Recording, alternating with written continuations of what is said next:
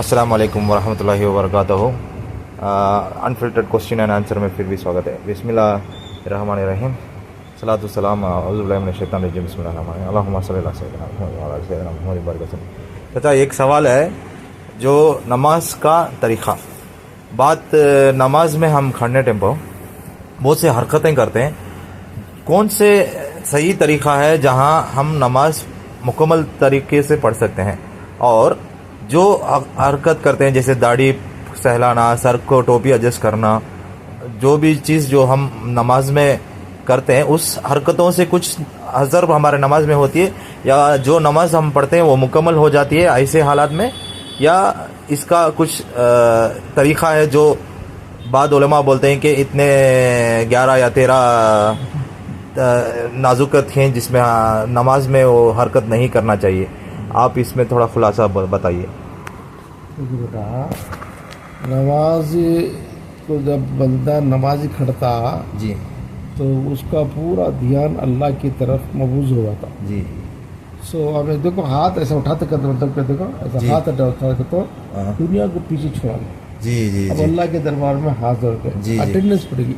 जी पढ़ते के साथ क्या होगा, यू आर नाउ बिफोर अल्लाह, जी तो तुम्हारा ध्यान, तुम्हारा अटेंशन जी और तुम्हारा सब कंसंट्रेशन कहाँ रहना, अल्लाह की तरफ रहना, अल्लाह के और इतना समझना कि अल्लाह तुम्हारे सामने है। जी ये दिल में तस्वुर करना, ख्याल करना, जी। नंबर 1। जी जब तुम्हें किसी प्राइम मिनिस्टर के सामने, प्रेसिडेंट के सामने, किसी बड़े ऑफिसर के सामने खड़ेंगे जी तो तुम्हें कितना अटेंटिव खड़को उससे बात करेंगे, जी, अपना पूरा बताएंगे उसे, या उन्हें बोलता तो सुनेंगे नहीं। जी जी चाचा। तो दुनिया वालों के लिए इतना अदब करना है तो अल्लाह के पास अदब करना कितनी बड़ी बात है। बेशक कायनात का मालिक है, जी तुम्हारे जान और माल का मालिक है, जी और एक ही हुक्म में जमीन तड़क जाएगी, तुम अंदर चलेंगे, ऊपर आसमान से गिर जाएगा, जी अल्लाह के हुक्म में अच्छा पूरा।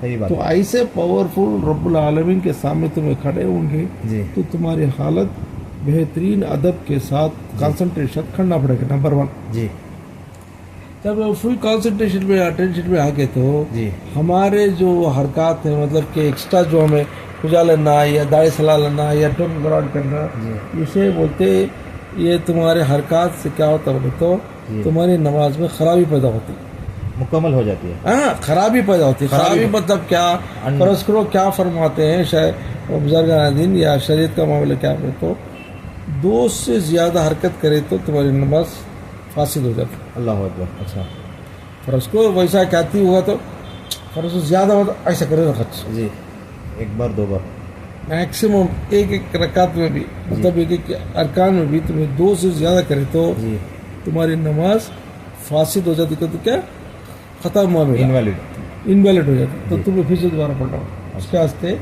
ज़्यादा से ज़्यादा अवॉइड करना। जी चाचा। अब जमाई है तो भी वो रोकने की कोशिश करना, जी। या तुम्हारे को कुछ ये हुआ तो भी तुम्हें रोकने की कोशिश करना, तुम्हें दिल में तस्वुर करना मैं अल्लाह के सामने खड़ा हूँ, बेअदबी हो जाएगी। सही बात है। बेअदबी का ख्याल करो, तुम ऑटोमेटिक वो सब ख्याल करो। अब ये बेकरारी पैदा होती सो, या हरकत करने की तब तुम इच्छा होती सो, कई कत हो जी नफ्स तुम अंदर से गलाटा करता सो, ओके, समझ में आएगा। अल्लाह के सामने खड़े तो जल जाता, शैतान जल जाता, वो कैसा भी तुमने खराब करने की कोशिश करता हो। सही बात है, सही बात और दूसरी बात ये है कि तुम्हें जब नमाज में खड़े होगे तो जी तुम्हारा जो ध्यान जो ये है जी उससे हटाने की कोशिश करता सो शैतान और नफ्स से।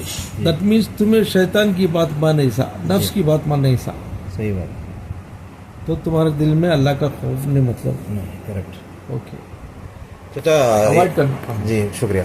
और एक सवाल, हम तस्बीह तो रुकू में भी पढ़ते हैं और सिजदे में भी करते हैं, और सजदों के बीच में जो फासला रहता है 2 सिजदों के बीच में जलसा में, जब उसमें कोई जिक्र कर सकते हैं? क्या करना ही है जी। अब मैं सिखा को दिया हूँ समझना को। जी। देखो, 2 सजदों के दरमियान में जी बैठते वक्त अल्लाहुम्मा मग़फ़िरली जी वरहमनी वहदीनी, फिर वहदीनी वरज़ुक़नी जी। वरफ़अनी वजुबनी, या वजुबुरनी, वजुबुरनी। वजुबुरनी इसका मतलब क्या, अल्लाहुम्मा मग़फ़िरली, या अल्लाह मेरे मग़फ़िरत फरमा, जी वरहमनी मुझ पर रहम फरमा, वरज़ुक़नी मुझे रिज़्क़ अता फरमा, जी वरफ़अनी मेरे दर्जात को बुलंद फरमा, जी।